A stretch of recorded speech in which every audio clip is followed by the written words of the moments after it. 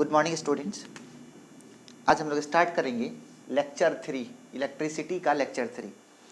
आज का सबसे पहला लेक्चर स्टार होगा वो है अनदर फॉर्म ऑफ कूलम्ब, ये ओम्स लॉ। ये बहुत इंपॉर्टेंट स्टार है। हम लोग ओम लॉ को क्या पढ़े थे? हम लोग पढ़े हैं V/I इक्वल टू आर। अगर आपको याद हो तो हम लोग ये पढ़े V/I equal to are. Are के जगह पे वहाँ से तो V/I या V इक्वल टू क्या बनेगा? I into are. आर के जगह पे आप लिख सकते हैं, आर के जगह पे लिख सकते हैं M/N/E² tau L/A। Okay, L को आप इसको गौर से देखना, बहुत इंपॉर्टेंट। ये भी ओम्स लॉ है, ये भी ओम्स लॉ है। इसका एक दूसरा रूप हम लोग लिखना चाहते हैं जो ऑब्जेक्टिव के लिए बहुत इंपॉर्टेंट है। तो यहां से देखेंगे एल इधर गुना में इधर ले आओ तो क्या बनेगा? V/L इक्वल टू ये I/A को एक साथ कर लेते हैं, I/A बच गया। क्या बच गया? M/N/E² tau. ये जो M/N/E² टाउ है इसको बोलते हैं रेसिस्टिविटी। ये जो है इसका नाम है रेसिस्टिविटी। तो V/L equal to I/A into rho. ठीक है, रो क्या है? रो को बोलते हैं आप क्या? रेसिस्टिविटी।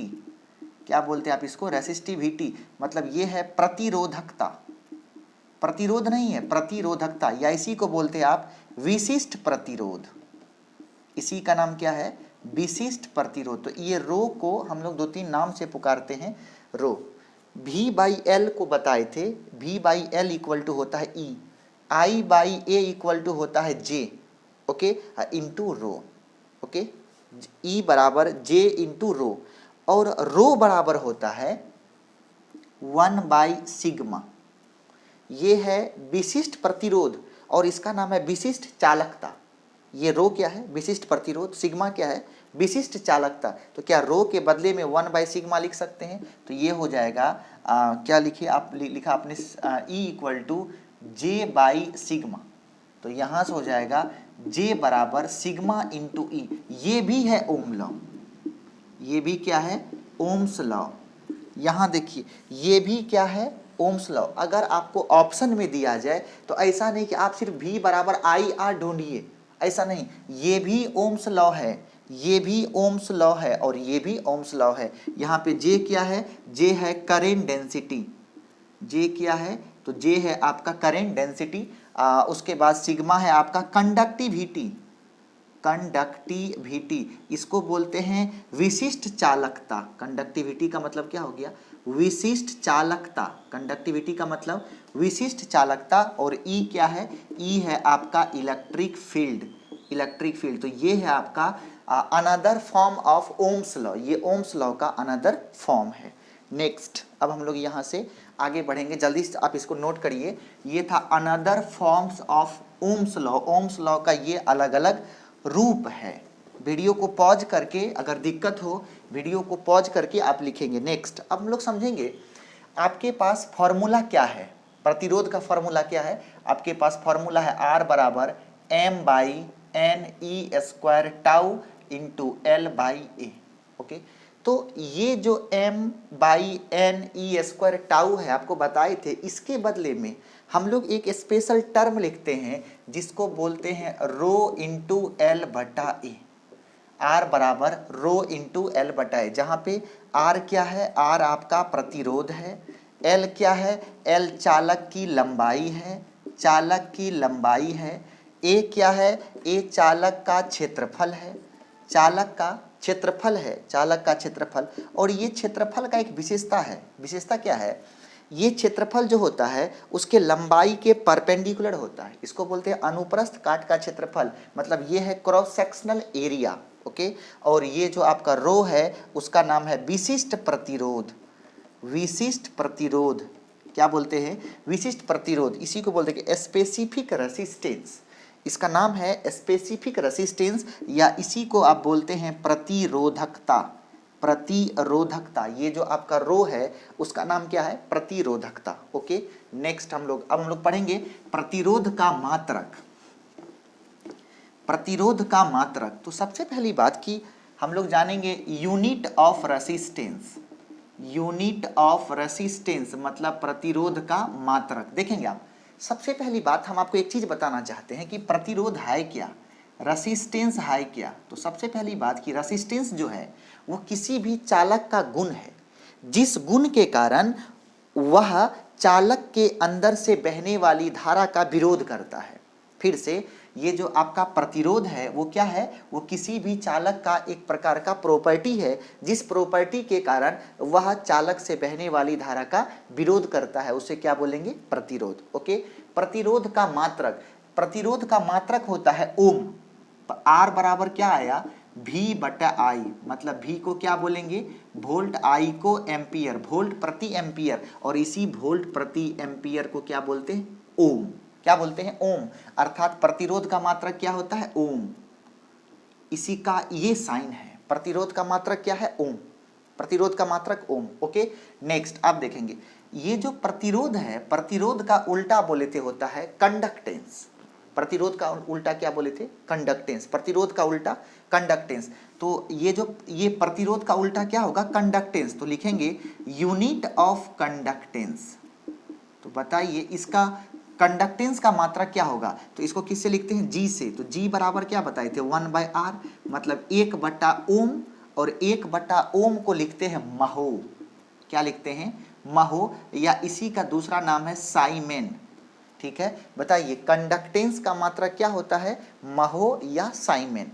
सर रेसिस्टेंस का मात्रक क्या होता है, ओम। ओके, अब हम लोग पढ़ेंगे रेसिस्टिविटी, विशिष्ट प्रतिरोध। रेसिस्टिविटी क्या है या विशिष्ट प्रतिरोध क्या है। तो अगला हेडिंग देंगे आप, रेसिस्टिविटी। रेसिस्टिविटी किससे डिनोट करते हैं, रो से। इसी को बोलते हैं कौन चीज, विशिष्ट प्रतिरोध कहिए या प्रतिरोधकता कहिए, इसी को आप क्या कहते हैं, विशिष्ट प्रतिरोध कहिए या प्रतिरोधकता। विशिष्ट पद ये क्या होता है, ये चालक का एक गुण होता है जो सिर्फ चालक के पदार्थ पर निर्भर करता है, चालक के टेम्परेचर पर निर्भर करता है। यह चालक के लंबाई और उसके क्षेत्रफल पर निर्भर नहीं करता है, उसे क्या बोलेंगे, रेसिस्टिविटी। तो R बराबर क्या था फॉर्मूला, रो इंटू एल बटा ए। तो यहाँ से रो बराबर हो जाएगा RA/L। R का मात्रक हो गया ओम, एरिया का मात्रक मीटर स्क्वायर, इसका मात्रक मीटर, मीटर मीटर कट गया, तो रो का मात्रक क्या हो गया, रो का मात्रक हो गया ओम मीटर। ओम, ओम को ऐसे लिखते हैं ना, इस साइन से ओम, आइए बगल में मीटर, ओम मीटर। तो बताइए विशिष्ट प्रतिरोध या इसी का दूसरा नाम क्या है, प्रतिरोधकता। विशिष्ट प्रतिरोध या प्रतिरोधकता का मात्रक क्या होता है, ओम मीटर। विशिष्ट प्रतिरोध या प्रतिरोधकता का मात्रक क्या होता है, ओम मीटर। ओके, नेक्स्ट हम लोग पढ़ेंगे, अगला स्टार होगा आपका, ये था विशिष्ट प्रतिरोध या प्रतिरोधकता का मात्रक। नेक्स्ट हम लोग पढ़ेंगे कंडक्टिविटी। अगला टर्म है कंडक्टिविटी। कंडक्टिविटी को हम लोग लिखते हैं सिग्मा से। ठीक है, इसको बोलते हैं विशिष्ट चालकता, विशिष्ट चालकता, और इसको डिनोट किससे करेंगे, सिग्मा। तो सिग्मा बराबर होता है 1/रो। 1/रो मतलब 1/ प्रतिरोधकता, प्रतिरोधकता। तो क्या हो जाएगा, प्रतिरोधकता का मात्रक ओम मीटर। ओके, तो ये जब ये सिग्मा का चालकता का मात्रक क्या हो गया, 1/ओम मीटर। 1/ओम को लिख सकते हैं महो, तो ये हो जाएगा महो प्रति मीटर। अब महो के बदले में क्या जानते हैं, साइमेन, या साइमेन प्रति मीटर, साइमेन प्रति मीटर। तो ये किसका मात्रक है, ये है कंडक्टिविटी का। तो एक ऑब्जेक्टिव बहुत पूछता है एग्जाम में कि कंडक्टिविटी और रेसिस्टिविटी में क्या रिलेशन है। तो आपने क्या बोला, एक रिलेशन यहाँ पढ़ते हैं, रिलेशन बिटवीन किसमें, सिग्मा एंड रो। किसमें, सिग्मा एंड रो में। सिग्मा बराबर क्या बोले, 1/रो, तो रो इधर आ जाएगा, तो सिग्मा गुना रो बराबर 1। मतलब ये क्या है, कंडक्टिविटी। सिग्मा क्या है, सिग्मा है कंडक्टिविटी, रो क्या है, रेसिस्टिविटी। मतलब विशिष्ट चालकता और विशिष्ट प्रतिरोध का गुणनफल हमेशा कितना होगा, 1 होता है। विशिष्ट चालकता और विशिष्ट प्रतिरोध का गुणनफल कितना होगा, हमेशा 1 होता है। विशिष्ट चालकता और विशिष्ट प्रतिरोध का गुणनफल कितना होगा, हमेशा 1 होता है। कंप्लीट। नेक्स्ट, तो ये था प्रतिरोध, प्रतिरोधकता क्या है, उसका मात्रक क्या क्या है, वगैरह वगैरह। ओके, अब हम लोग पढ़ेंगे प्रतिरोध पर प्रभाव। प्रतिरोध पर प्रभाव, अगला हेडिंग होगा प्रतिरोध पर प्रभाव। अगला हेडिंग है इफेक्ट ऑन रेसिस्टेंस। रेसिस्टेंस पर किन किन बात का प्रभाव पड़ता है, जरा ये देखिए। तो क्या हम लोग क्या दिए, हेडिंग दिए हैं कि रेसिस्टेंस पर किन किन बातों का प्रभाव पड़ता है। तो सबसे पहली बात, फॉर्मूला है R बराबर M/N/E² टाउ L/A। ये है प्रतिरोध का फॉर्मूला। ओके, ये किन किन बात पर निर्भर करेगा। तो सबसे पहली बात कि सबसे पहला इफेक्ट, ये डिपेंड करेगा कि वो जो चालक है, सबसे पहले डिपेंड करता है मास पे। तो मास क्या है, चालक का प्रॉपर्टी है, तो ये डिपेंड करेगा चालक की प्रकृति पर। नंबर 1 में लिखेंगे चालक की प्रकृति पर, अर्थात चालक का पदार्थ पर, कि चालक जो है वो किस पदार्थ का बना है। किस पदार्थ का बना है का मतलब है कि वो कॉपर का है, एल्यूमिनियम का है, मैग्नीज का है, कॉन्स्टेंटेन का है, वगैरह वगैरह, किस प्रकार के पदार्थ का बना हुआ है। दूसरा डिपेंड करता है उसका लंबाई कितना है, तो दूसरे नंबर में क्या लिखिएगा, लंबाई पर। तीसरे नंबर में होगा उसका क्षेत्रफल कितना है, तो तीसरे में क्या हो गया, उसके क्षेत्रफल पर। और चौथा होता है उसके टेम्परेचर पर। तो प्रतिरोध जो है वो किन बातों पे निर्भर करेगा, तो प्रतिरोध 4 बात पे निर्भर करता है। एक, चालक का प्रकृति कैसा है, चालक किस पदार्थ का बना हुआ है, दूसरा उसकी लंबाई पर, तीसरा उसके क्षेत्रफल पर, चौथा उसका टेम्परेचर पर। ओके, तो सबसे पहली बात हम लोग ये देखेंगे कि प्रतिरोध जो है वो किन किन बातों पे निर्भर किया। तो नंबर 1, चालक किस पदार्थ का बना हुआ है, नंबर 2, चालक की लंबाई कितनी है, और नंबर 3 क्या बोले, वो उस चालक का क्षेत्रफल कितना है, और नंबर 4 क्या बोले, उसका टेम्परेचर कितना है। तो अर्थात यहाँ तक हम लोग ये देखे कि क्या देखे, R समानुपाती L, R समानुपाती 1/A। इस फॉर्मूला से जब दोनों को मिलाएंगे तो R समानुपाती L/A, जब इसको हटाते हैं तो R बराबर रो इंटू L/A। फॉर्मूला क्या बना आपका, R बराबर रो इंटू L/A। अब क्या होगा, जब हम लोग यहाँ तक पहुँच गए R बराबर रो इंटू L/A, तो हम लोग ये देखेंगे कि लंबाई और क्षेत्रफल पर किस प्रकार से प्रभाव पड़ता है। लंबाई और क्षेत्रफल पर किस प्रकार से प्रभाव पड़ता है, अर्थात यदि हम चालक की लंबाई को बढ़ा दें, घटा दें, तो उसके प्रतिरोध में किस प्रकार का प्रभाव पड़ता है। ठीक है, अगला स्टार होगा आपका, यदि चालक की लंबाई को चेंज किया जाए। ठीक है, if L and A is changed, अगर अब हम लोग क्या करेंगे, L और A को चेंज करेंगे। आइए देखते हैं क्या होता है। तो हम लोग क्या बोले, देखेंगे आप अच्छे से देखेंगे इसको। मान लो ये कोई कंडक्टर है, ये कोई कंडक्टर है और इसका लेंथ L है और इसका एरिया A है। ये क्या है, एरिया A है और इसका प्रतिरोधकता रो है।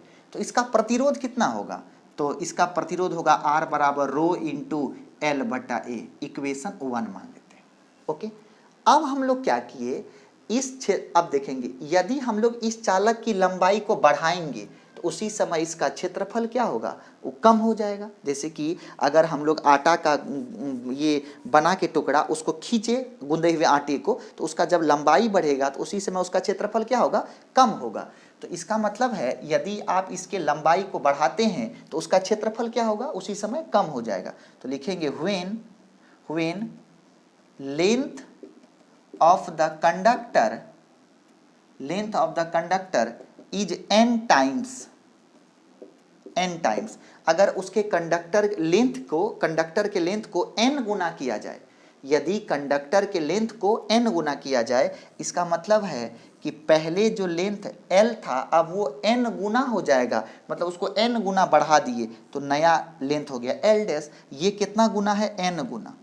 तो यदि लेंथ n गुना बढ़ेगा तो उसका एरिया उतना ही गुना घट जाएगा, मतलब जो नया एरिया है A डैश वो हो जाएगा A/N, क्योंकि लंबाई जब बढ़ेगा तो उसका क्षेत्रफल क्या होगा, उतना ही गुना कम हो जाएगा। लेकिन प्रतिरोध में कोई फर्क नहीं पड़ेगा, क्योंकि हम लोग पढ़े हैं प्रतिरोध जो है वो केवल चालक के पदार्थ पर निर्भर करता है। यदि कॉपर है तो ये भी कॉपर, ये भी कॉपर, तो ऊपर वाले का रो, तो अगर ये कॉपर ये आयरन तब ये चेंज होगा।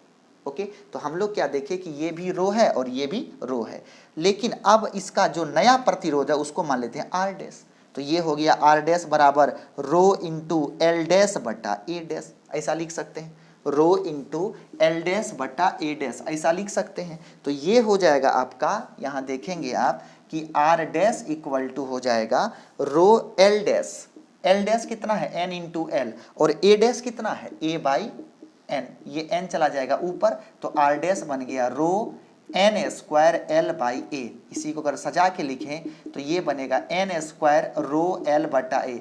ये रो एल बटा ए समीकरण 1 से कितना है, आर, तो यहाँ से आर डैश इक्वल टू हो जाएगा एन स्क्वायर इंटू आर। अर्थात यदि किसी चालक की लंबाई को n गुना किया जाए तो उसका प्रतिरोध n स्क्वायर गुना हो जाता है। यहाँ से 2-3 बार आप इसको समझिए। यदि किसी चालक के लंबाई को n गुना किया जाए तो उसका प्रतिरोध n स्क्वायर गुना हो जाता है। अर्थात यदि चालक की लंबाई को 2 गुना करेंगे उसका प्रतिरोध 4 गुना हो जाएगा। अगर लंबाई 3 गुना करेंगे उसका प्रतिरोध 9 गुना हो जाएगा। इस पे सवाल ऐसे पूछेगा, बहुत ज़्यादा सवाल इस पे पूछा जाता है, हर बार ऑब्जेक्टिव में सवाल रहता है। यहाँ से आपसे पूछेगा, एक वायर है जिसका प्रतिरोध 5 ओम है, यदि उसकी लंबाई को 2 गुना किया जाए तो अब उसका नया प्रतिरोध क्या होगा। देखेंगे आर कितना है, 5 ओम, कितना गुना किए, 2 गुना, जितना गुना किए उसका स्क्वायर कर दीजिए, तो 2 दुना 4, 4 गुना 5, 20 ओम, तो नया प्रतिरोध कितना हो जाएगा, 20 ओम।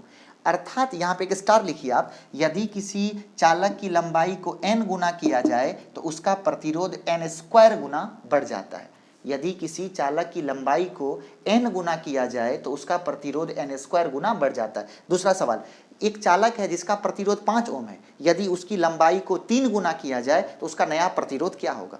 चलिए r की जगह पे 5, अब n स्क्वायर जितना गुना करेंगे उसका स्क्वायर, 3 गुना किया, 3 3 9, 9 5 45, 45 ओम उसका नया प्रतिरोध हो जाएगा। ओके, तो इस तरीके से यदि किसी चालक के लंबाई और एरिया को चेंज किया जाए तो उसका प्रतिरोध n स्क्वायर गुना चेंज हो जाता है। कंप्लीट। नेक्स्ट देखेंगे, आप देखेंगे हम लोग पढ़े थे ओम्स लॉ। हम लोग को ये जानना है कि इस प्रकृति में कुछ ऐसे पदार्थ हैं जो ओम के नियम को फॉलो करता है और कुछ ऐसे हैं जो ओम के नियम को फॉलो नहीं करता है। तो कुछ ऐसे पदार्थ होते हैं जो ओम के नियम को फॉलो करता है और कुछ ऐसे पदार्थ होते हैं जो ओम के नियम को फॉलो नहीं करता है। तो वैसे पदार्थ, कुछ स्टार लिखिएगा, वैसे पदार्थ जो ओम के नियम का पालन करेगा उसको बोलेंगे ओमिक कंडक्टर। क्या बोलेंगे, ओमिक कंडक्टर। उसको क्या बोलेंगे, ओमिक कंडक्टर। ओके, उसको क्या बोलेंगे, ओमिक कंडक्टर। दूसरा पॉइंट, उसका जो ग्राफ होगा वो लीनियर होगा।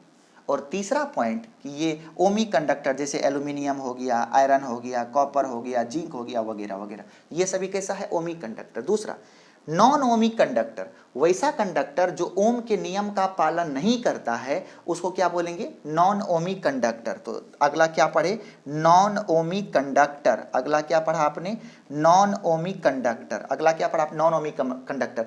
वैसा पदार्थ जो ओम के नियम का पालन नहीं करे उसे क्या बोलते हैं, नॉन ओमिक कंडक्टर। तो सबसे पहली बात ये जानना है कि नॉन ओमिक कंडक्टर जो होगा उसका ग्राफ लीनियर नहीं होगा।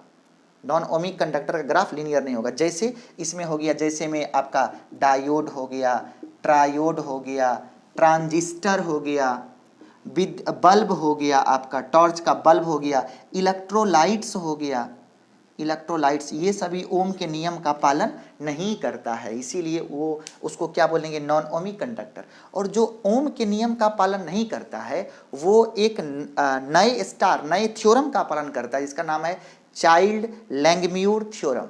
क्या बोले, चाइल्ड, उसको आप लैंगम्यूर को लंगूर बोलिए, चाइल्ड लंगूर थ्योरम, अर्थात चाइल्ड लैंगम्यूर थ्योरम। अर्थात जो नॉन ओमिक कंडक्टर होता है वो किस रूल्स को फॉलो करेगा, तो वो फॉलो करेगा चाइल्ड लैंगम्यूर थ्योरम को फॉलो करेगा। ओके, नेक्स्ट, अभी हम लोग पढ़े थे कि प्रतिरोध जो है वो बहुत सारी बातों पर निर्भर करता है। उसमें से एक था ताप पर भी डिपेंड करता है। प्रतिरोध जो है वो ताप पर भी डिपेंड करता है।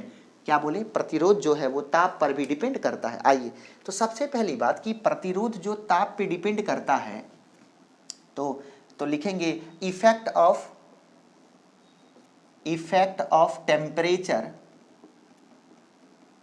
Of temperature on resistance. क्या आपको ऊपर हेडिंग लिखा हुआ दिख रहा है? पक्का दिख रहा होगा, जरा सा हम चेक भी कर लेते हैं। आज का हेडिंग है इफेक्ट ऑफ, एक सेकेंड जी। तो क्या देखिए, effect of temperature on resistance, resistance पर टेम्परेचर का क्या इफेक्ट होता है, इस बात को अभी हम लोग समझेंगे। ओके, देखिए, तो आपके पास कुछ टर्म हम यहां पे लिखते हैं। आप सबसे पहले तो पढ़ेंगे मेटल को, ठीक है। किसको पढ़ेंगे? मेटल को। मेटल का मतलब हो गया आपका कंडक्टर। उसके बाद होगा आपका सेमीकंडक्टर, और उसके बाद हम लोग पढ़ेंगे एलॉय को। देखिएगा, ये 3 स्टार को आपको समझना है, समझिएगा। ये तीनों पे ऑब्जेक्टिव बहुत सुंदर सुंदर बनता है। इसमें स्टार को हम बोलेंगे, समझाएंगे, और आप उसका नोट तैयार कर लेंगे तुरंत। Effect of temperature on resistance, अर्थात हम लोग यदि किसी चालक को गर्म करें, उसको उसमें उष्मा ऊर्जा दें, तो उसके टेम्परेचर पर क्या इफेक्ट होगा, इस चीज को हम लोग को समझना है। आइए, आर का फॉर्मूला क्या है? आपने पढ़ा था आर बराबर m/n² टाउ इंटू L/A। ये हम लोग पढ़े हुए हैं, ठीक है। यही फॉर्मूला होता है ना। अब समझेंगे अब क्या होता है। सबसे पहली बात कि मान लो ये कंडक्टर है, इसमें ढेर सारा इलेक्ट्रॉन्स है, तो अगर कोई मेटल है, तो मेटल में, मेटल मतलब कंडक्टर, तो यहाँ पे हम कंडक्टर इसलिए नहीं लिखे कि एलॉय भी कंडक्टर होता है और मेटल भी कंडक्टर होता है, इसीलिए हम लोग मेटल मतलब धातु अर्थात चालक, ये क्या है, ये आपका कंडक्टर के लिए है। इसको आप समझिएगा अच्छे से, ये कंडक्टर के लिए हम लोग पढ़ रहे हैं। तो ये कोई चालक है, और इस चालक में ये ढेर सारे क्या हैं, ये इलेक्ट्रॉन्स हैं, समझिएगा, ये इलेक्ट्रॉन्स हैं। तो होता क्या है कि मेटल में जो इलेक्ट्रॉन्स की संख्या है वो बहुत ज़्यादा होती है। वो होता है 10⁻29 इलेक्ट्रॉन पर मीटर क्यूब। प्रति मीटर क्यूब आयतन में 10⁻29 बहुत करोड़ इलेक्ट्रॉन है, बहुत इलेक्ट्रॉन्स होता है। तो इसमें प्रति इकाई आयतन में इलेक्ट्रॉन की संख्या 10⁻29 होता है। किसमें? चालक में। उसमें बहुत कम होता है, लेकिन चालक में ये होता है। तो इलेक्ट्रॉन्स की संख्या क्या है, बहुत अधिक है।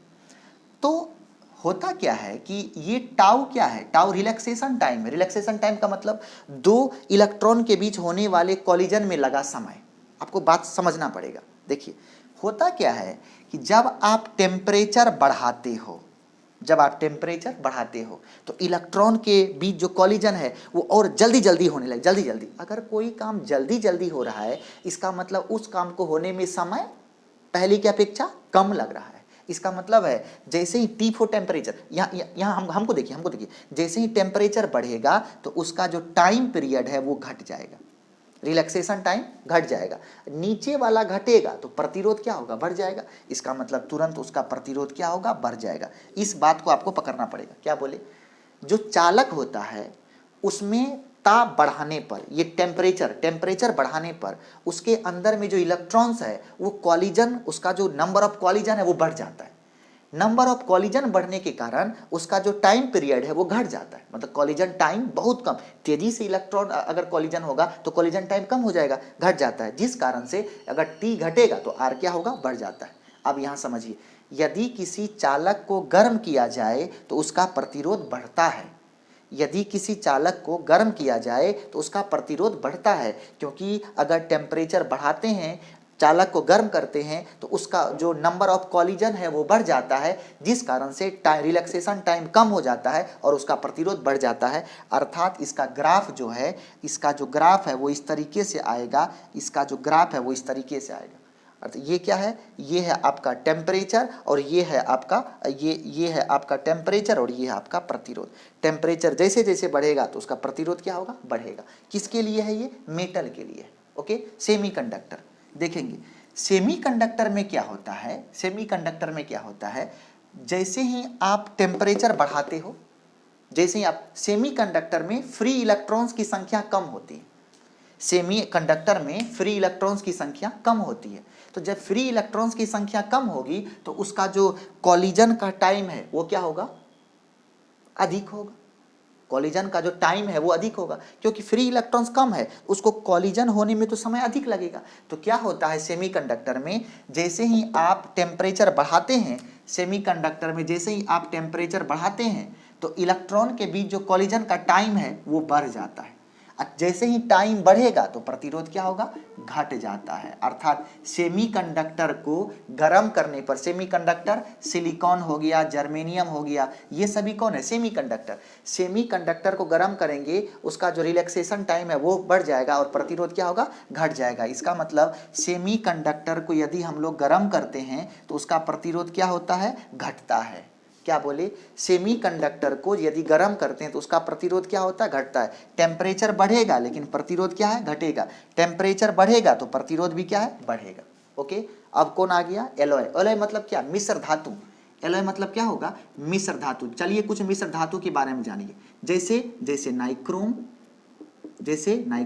जैसे मैंगनीन, मैग्नीज नहीं, मैग्नीन, जैसे कॉन्स्टेंटिन, ये सभी क्या है, ये बहुत गजब का मिश्र धातु है। अभी हम लोग कार्बन रेसिस्टेंस पढ़ेंगे तो वहां पढ़ेंगे इसको, बहुत गजब का मिश्र धातु है ये सभी मिश्र धातु। होता क्या है, एक चीज है जो यहाँ हम फिर से एक बार बताते हैं, यहाँ पे दो टर्म होता है, एक टर्म है एन और एक टर्म है टाउ। तो ये जो मिश्र धातु है, जब आप मिश्र धातु को गर्म करते हैं, जब आप मिश्र धातु को गर्म करते हैं तो इसका जो टाइम पीरियड है वो घट जाता है। कॉलिजन टाइम जो है वो घट जाता है, लेकिन नंबर ऑफ इलेक्ट्रॉन्स बढ़ जाता है। देखिए मतलब क्या कि क्या किया, एन जो है वो बढ़ गया, टी घट गया, तो लगभग जिस रेशियो में एन बढ़ता है उसी रेशियो में टाउ कम हो जाता है, जिस वजह से दोनों एक दूसरे को कैंसिल कर देता है।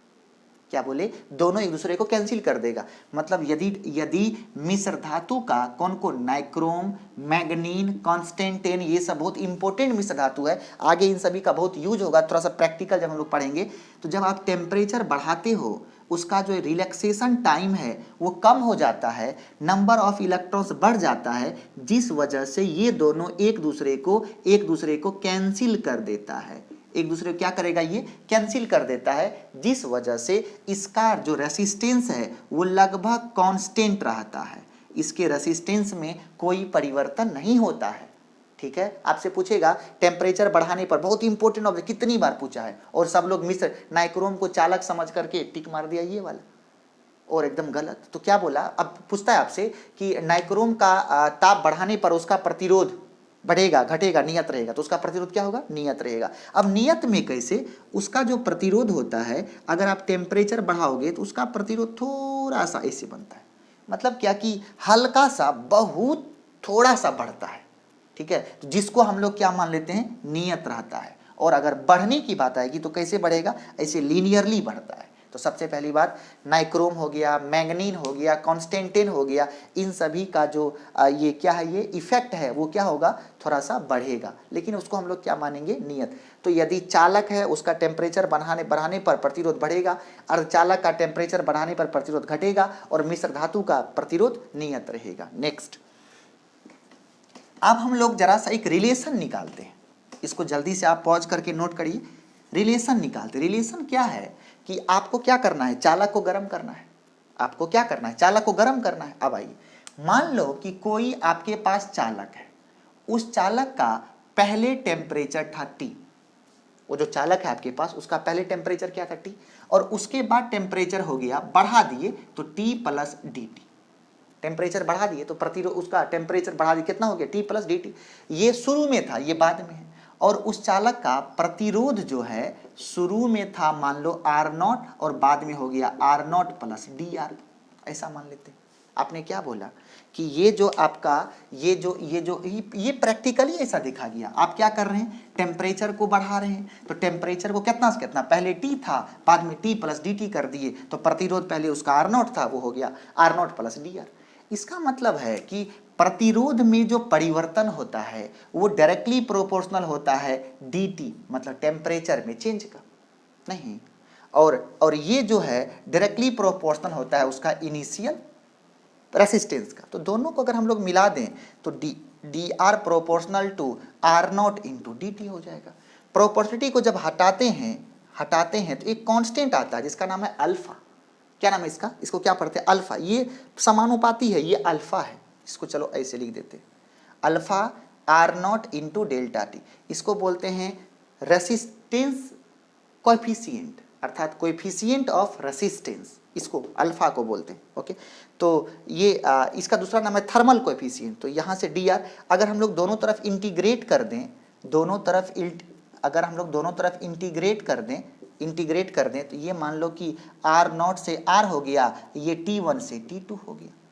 क्या ये इंटीग्रेशन आपको दिख रहा है? हाँ, आपको दिख रहा है, T1 से T2 हो गया। तो यदि ये आगे बढ़ता है तो dr का इंटीग्रेशन r, तो ये क्या हो जाएगा? r minus r not. Integration आपको आता है, ये क्या बनेगा? Alpha r not T1 minus T2 या T2 माइनस T1, यहाँ पे T2 माइनस T1 हो जाएगा। तो ऐसे ही हम लिख दिए, यहाँ पे लिख देते हैं T2 minus T1, T2 minus T1। Okay, चलिए, तो यहाँ से आर नॉट माइनस में उधर जाएगा तो प्लस में, तो आर बराबर हो जाएगा r not plus alpha r not T2 minus T1। Okay, तो ये हो जाएगा आर बराबर r not common 1 plus alpha T2 minus T1 को लिख देते हैं डेल्टा टी। ये क्या हो गया? T2 माइनस T1 को क्या लिख देंगे? Delta T. तो ये अल्फा क्या है? अल्फा है आपका थर्मल कोएफिशिएंट, थर्मल कोएफिशिएंट। ठीक है, आर बराबर r not into 1 plus alpha into delta t. ये क्या है? ये फॉर्मूला है कि टेम्परेचर पर किस रूप में डिपेंड करेगा। ओके, तो ये जो अल्फा है, ये जो अल्फा है, अल्फा का मान देखेंगे आप, अल्फा का मान देखिएगा, एक नंबर कंडक्टर के लिए अल्फा का मान पॉजिटिव होता है। बहुत इंपॉर्टेंट क्वेश्चन है ये, क्योंकि अल्फा पॉजिटिव होगा तब ना 1 में कुछ जुटेगा तो आर का मान जो है वो बढ़ेगा। और दूसरा, सेमीकंडक्टर के लिए अल्फा का मान निगेटिव होता है। अल्फा निगेटिव होगा तब ना 1 में से कुछ घटेगा तो आर का मान कम होगा। ठीक है, और तीसरा, एलॉय के लिए अल्फा का मान लगभग 0 होता है। अल्फा का मान 0 होगा तब इसका जो रेसिस्टेंस है वो नियत होगा, अल्फा का आर का मान नियत होगा। तो सबसे पहली बात, फॉर्मूला क्या बना? आर बराबर r not into 1 plus alpha into delta t. Alpha का नाम क्या है? Thermal coefficient. अल्फा का मान कंडक्टर के लिए पॉजिटिव, सेमीकंडक्टर के लिए निगेटिव, और एलॉय के लिए क्या होगा? अल्फा का मान 0 होगा। और अल्फा का मान जब 0 होगा तब आर क्या होगा? नियत होगा। फिर से, यदि कंडक्टर का टेम्परेचर बढ़ाएंगे तो उसका जो प्रतिरोध है वो बढ़ेगा, सेमीकंडक्टर का टेम्परेचर बढ़ाएंगे प्रतिरोध घटेगा, और एलॉय का प्रतिरोध नियत रहेगा लेकिन थोड़ा सा लीनियरली बढ़ेगा। ओके, तो नाइक्रोम था कंस्ट। अब इसको जरा सा पॉज करके जल्दी से नोट करिए। अब हम लोग इसी रिलेशन को, ये जो आपके पास R बराबर r not into 1 plus alpha into delta t है, इसी को जरा सा रेसिस्टिविटी के लिए अप्लाई करते हैं। फॉर रेसिस्टिविटी आपके पास क्या फॉर्मूला? R बराबर r not 1 plus alpha into delta t. R बराबर होता है रो इंटू एल बटा ए, इक्वल टू यहाँ हो जाएगा रो नॉट एल बटा ए 1 plus alpha into delta T. L बटा ए कट गया तो रो बराबर क्या हो गया? Rho naught into 1 plus alpha into delta T. तो जैसा प्रतिरोध के लिए होता है फॉर्मूला, वैसा ही फॉर्मूला किसके लिए होगा? रेसिस्टिविटी के लिए। रो बराबर rho naught into 1 plus alpha into delta T. Okay, ये जो अल्फा है, अल्फा का यूनिट क्या होता है? अल्फा का मात्रक होता है पर डिग्री सेल्सियस या पर केल्विन। ठीक है, पर केल्विन कहिए, पर डिग्री सेल्सियस कहिए, तो ये किसका यूनिट है? अल्फा का। अल्फा का यूनिट क्या होता है? पर डिग्री सेल्सियस कहिए या पर केल्विन कहिए, पर डिग्री सेल्सियस कहिए या पर केल्विन कहिए, कोई दिक्कत नहीं। अब हम लोग एक नया स्टार पढ़ेंगे जिसका नाम है कलर कोड। तो अगला जो हेडिंग आने वाला है उसका नाम है कलर कोड। कलर कोड, अगला जो हेडिंग होगा कलर कोड। इस कलर कोड को बोलते हैं carbon resistance. Carbon, colour code में हम लोग क्या पढ़ने वाले हैं? हम लोग पढ़ने वाले हैं कार्बन रेसिस्टेंस। सबसे पहले आपको ये जानना है कि कार्बन रेसिस्टेंस क्यों पढ़ते हैं। देखिएगा, हम लोग रेसिस्टेंस 2 प्रकार के पदार्थ से बनाते हैं, जिसमें से सबसे पहला प्रकार होता है एलॉय। इसको पहले समझिए अच्छे से आप। पहले किसका बनाते हैं? एलॉय का। एलॉय मतलब क्या हो गया? मिश्र धातु। एलॉय मतलब क्या है? मिश्र धातु। समझिएगा, मिश्र धातु, मिश्र धातु में कौन कौन, मिश्र धातु में नाइक्रोम, नाइक्रोम, मिश्र धातु में मैंगनीन, मैंगनीन, मिश्र धातु में कॉन्स्टेंटेन, ये सभी। तो कलर हम लोग जो रेसिस्टेंस बनाते हैं वो दो प्रकार के पदार्थ से बनाते हैं, जिनमें से एक प्रकार का पदार्थ है आपका मिश्र धातु। मिश्र धातु में कौन कौन, आप नाइक्रोम यूज कर सकते हैं, आप मैंगनीन यूज कर सकते हैं, आप कॉन्स्टेंटेन यूज कर सकते हैं। लेकिन होता क्या है कि इसको यूज करने में कुछ कठिनाई है। सबसे पहले कठिनाई ये है कि ये आपको हाई रेसिस्टेंस नहीं दे पाता है। क्या बोले, ये आपको हाई रेसिस्टेंस नहीं दे पाता है, नंबर एक। दूसरा, यदि हाई रेसिस्टेंस आपको बनाना हो तो इसका लेंथ बहुत अधिक हो जाता है, इसका जो लेंथ है वो बहुत अधिक हो जाता है। तीसरा पॉइंट क्या है, ये जो आपका नाइक्रोम है, मैंगनीन है, कॉन्स्टेंटेन है, ये सभी थोड़ा सा इसका जो रेट होता है वो ज़्यादा होता है, जिस कारण से इसमें पे अधिक करना पड़ता है, पे अधिक करना पड़ता है। इन सभी कारण की वजह से हम लोग एलॉय जो है उसको एलॉय को यूज नहीं कर सकते। एक बहुत इम्पोर्टेंट है कि ये बल्कि हो जाता है, बल्कि मतलब थोड़ा सा लंबा। अर्थात यदि छोटे छोटे इक्विपमेंट बनाना हो, आपको छोटा सा 800-900 वाला फ़ोन इतना छोटा होता है, उसमें प्रतिरोध एक हाथ का हो जाएगा तो फिट तो होगा नहीं, उसके लिए बहुत छोटा प्रतिरोध भी चाहिए। तो इन सभी कारणों को देखते हुए ये जो आपका एलॉय वाला जो रेसिस्टेंस था ये आपके बीच में अप्लाई नहीं हो पाया। आप भी ऐसे मत काट दे। इन सभी डिमेरिट्स के कारण हम लोग एलॉय का जो रेसिस्टेंस है उसका यूज नहीं कर पाए। आप ये मत समझ जाना ये काम के लायक नहीं है, ये बहुत काम के लायक है। जब आप व्हीटस्टोन ब्रिज पढ़ोगे, गैल्वेनोमीटर पढ़ोगे, मीटर ब्रिज पढ़ोगे, पोटेंशियोमीटर पढ़ोगे, तो यही सब का यूज होगा। अर्थात ये सभी ऐसा है जिसका रेसिस्टेंस टेम्परेचर पर डिपेंड नहीं करता है। ये सभी लोग ऐसे हैं जिसका जो रेसिस्टेंस है वो टेम्परेचर पे डिपेंड नहीं करता है, ताप पर निर्भर नहीं करता है। इस वजह से ये तीनों बेचारा प्रैक्टिकल करने के लिए बहुत इंपॉर्टेंट है। वो तो हम काट दिए गलती से। Okay, next. तो जब ये काम नहीं कर पाया तब आपने क्या किया, एक नए पदार्थ का रेसिस्टेंस बनाया, एक नए पदार्थ का रेसिस्टेंस बनाया और उसका नाम, ये दो, पहला एलॉय वाला और उसका नाम दिया आपने कार्बन रेसिस्टेंस। आपने क्या किया, एक नए पदार्थ का रेसिस्टेंस बनाया, उसका नाम क्या दिया, कार्बन रेसिस्टेंस। तो कार्बन रेसिस्टेंस बहुत फायदा है। फायदा क्या है, जरा सा यहां गिनिए। नंबर एक, ये बहुत ही ज़्यादा, जिसमें पैसा कम लगे, जिसमें पैसा कम लगे मतलब कि इसमें पे बहुत कम करना पड़ता है, खर्च बहुत कम है। नंबर दो, इससे आप हाई रेसिस्टेंस प्राप्त कर सकते हैं।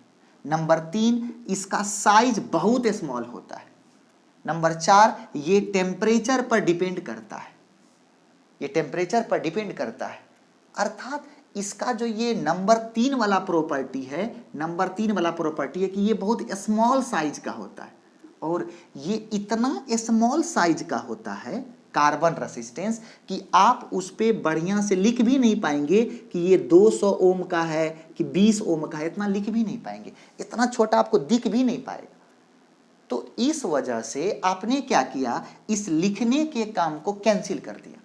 आपने क्या किया, इस लिखने के काम को कैंसिल कर दिया। और कैंसिल करने का एक दूसरा भी कारण है, वो ये है कि कहीं भी जो प्रतिरोध बनता है या कहीं भी यूज होता है तो वो यूज करने वाले लोग और बनाने वाले लोग उतने ज़्यादा पढ़े लिखे नहीं होते। मान लीजिए कंपनी में लेबर काम कर रहा है, जो इंजीनियर्स हैं, जो वहाँ के टेक्निकल डिपार्टमेंट के लोग हैं, उसका काम क्या होता है, आना और इंट्रोडक्शन देना, समझाना, और लेबर लोग उसको बनाता है। तो लेबर लोग बहुत ज़्यादा शिक्षित, लेबर जो है वो बीटेक किया हुआ थोड़ी होता है। तो ऐसा ना हो कि बीटेक वाला भी लेबर वाला काम करे। तो क्या होता है कि ये जो आपका प्रतिरोध है उसका साइज बहुत कम है, तो उस पर आपने क्या किया, जो डिजिट है वो लिखने से बेहतर आपने समझा कि उस पर कुछ कलर किया जाए। इसीलिए आपने क्या किया, कार्बन रेसिस्टेंस के प्रतिरोध को दर्शाने के लिए आपने डिजिट के बदले में कुछ कलर यूज किया, और उसी कलर का नाम क्या है, कलर कोड। उसी कलर का नाम क्या है, कलर कोड। तो आज आप क्या पढ़ने वाले हो, कलर कोड। और कलर कोड आप किस रेसिस्टेंस पे करते हो, कार्बन रेसिस्टेंस पे। क्यों करते हो, क्योंकि इसका साइज इतना कॉम्पैक्ट हो जाता है, इतना छोटा हो जाता है कि उस पर डिजिट लिखना संभव नहीं होता है। और एक दूसरा कारण ये है कि जो लेबर है वो अशिक्षित है, जिस कारण से वो उसको नहीं पकड़ पाता है, तो उस पर कुछ कलर पहचान के लिए हम लोग लगा देते हैं, और उसी का क्या नाम है, कलर कोड। उसी के लिए उसी का नाम आपने क्या दिया, आपने एक नाम दिया, नया नाम दिया, उसका नाम क्या, कलर कोड। आप देखेंगे कोई भी, मान लो ये कोई रेसिस्टेंस है, तो इस रेसिस्टेंस पर चार इस प्रकार से बॉर्डरिंग किया रहेगा, कलरिंग, 4 कलरिंग होगा। देखेंगे आप अच्छे से, क्या बोले, 4 कलरिंग होगा, समझना आप यहां से, 4 कलरिंग। ये नंबर 1 पहला, ये दूसरा बैंड, ये तीसरा बैंड और ये चौथा बैंड। 4 बैंड है, कलर का 4 बैंड होगा। क्या बोले, 4 कलर का 4 बैंड। इसको बढ़िया समझना, एक ऑब्जेक्टिव यहां से पक्का रहेगा। 4 बैंड है, जिसमें से ये जो पहला 2 बैंड है ये बताता है डिजिट को। किसको बताएगा, डिजिट को। ये जो पहला दोनों है, 1 नंबर 2 नंबर, वो किसको बताएगा, ये दोनों कलर किसको बताएगा, डिजिट को। ये जो तीसरा कलर है, तीसरा जो बैंड है, ये बताता है मल्टीप्लायर को। क्या बोले, किसको बताता है ये बताता है मल्टीप्लायर को। ओके है, ये किसको बताएगा, मल्टीप्लायर को। और ये जो चौथा बैंड है, ये जो आपका चौथा बैंड है, ये जो आपका चौथा बैंड है, ये चौथा बैंड बताता है टॉलरेंस को। चौथा किसको बताएगा, टॉलरेंस को। ठीक है, कितने बैंड होंगे, 4 कलर बैंड होंगे, जिनमें से पहला दूसरा डिजिट बताएगा, तीसरा और ये जो मल्टीप्लायर होता है ये हमेशा 10 के पावर में होगा, और ये हमेशा परसेंटेज में होगा। ये हमेशा किस रूप में होगा, 10 के पावर के रूप में होगा। ये हमेशा किस रूप में होगा, ये हमेशा परसेंटेज के रूप में होगा। ओके, आप देखेंगे। तो सबसे पहली बात कि इसमें जो कलर यूज होगा, उस कलर का थोड़ा सा हम लोग को कोड याद रखना है। यहाँ पे जो कलर यूज होगा उसका कोड याद रखना है। तो अब कोड कैसे याद रखेंगे वो देखिए। उसके लिए उसमें कलर कौन कौन यूज होता है वो देखिए। उसके लिए हम एक ट्रिक बनाए थे, जरा उस ट्रिक को पढ़ते हैं, आप लिखिएगा। एक बिजनेसमैन है, उसका नाम है बीबी रॉय। एक बिजनेसमैन है, उसका नाम है बीबी रॉय। उसका 3 भाई है, व्हाइट गोल्ड सिल्वर। तो होता क्या है कि वो 3 भाई, व्हाइट गोल्ड सिल्वर और एक बीबी रॉय, ये चारों भाई मिलकर के एक बिजनेस स्टार्ट करता है। लेकिन कुछ कारणों से उसका बिजनेस चल पड़ता है, और ये जो बीबी रॉय जी हैं, इसका मन बदल जाता है, और ये अपने तीनों भाइयों को कंपनी से बाहर कर देता है, भूल जाता है, उसको छोड़ देता है, उसको त्याग देता है। उसी की एक व्यथा है, उस व्यथा को जरा सुनिएगा। बोलता है कि बी रॉय जी, आज बड़े लोग हैं तो उसका नाम के साथ हम लोग जी लगाते हैं। क्या बोल रहे हैं, बी रॉय, ROY, बी रॉय जी ने अपने तीनों भाइयों, बी से भाइयों को भूल, भी से भूल, जी से गया। क्या बोले, बी रॉय जी ने अपने तीनों भाइयों को भूल गया, जिसका नाम था व्हाइट गोल्ड सिल्वर। क्या नाम था, व्हाइट गोल्ड सिल्वर। देखिएगा क्या नाम था, व्हाइट गोल्ड सिल्वर। क्या नाम था उसका, व्हाइट गोल्ड सिल्वर। अब जरा इसके लिए डिजिट क्या क्या यूज होगा वो देखिए। क्या बोले, उसका नाम क्या था, व्हाइट गोल्ड सिल्वर। 3 भाई है, बीबी रॉय जी ने अपने तीनों भाइयों को भूल गया। उसका भाई कौन कौन है, व्हाइट गोल्ड सिल्वर। ठीक है, अब देखिए, इस बी का मतलब है ब्लैक, इस बी का मतलब है ब्राउन, इस आर का मतलब है रेड, ओ का मतलब है ऑरेंज, वाई का मतलब है येलो, जी का मतलब है ग्रीन, बी का मतलब है ब्लू, भी का मतलब है वॉयलेट, जी का मतलब है ग्रे, डब्लू का मतलब है व्हाइट, गोल्ड का मतलब है गोल्ड, सिल्वर का मतलब है सिल्वर। ओके, ये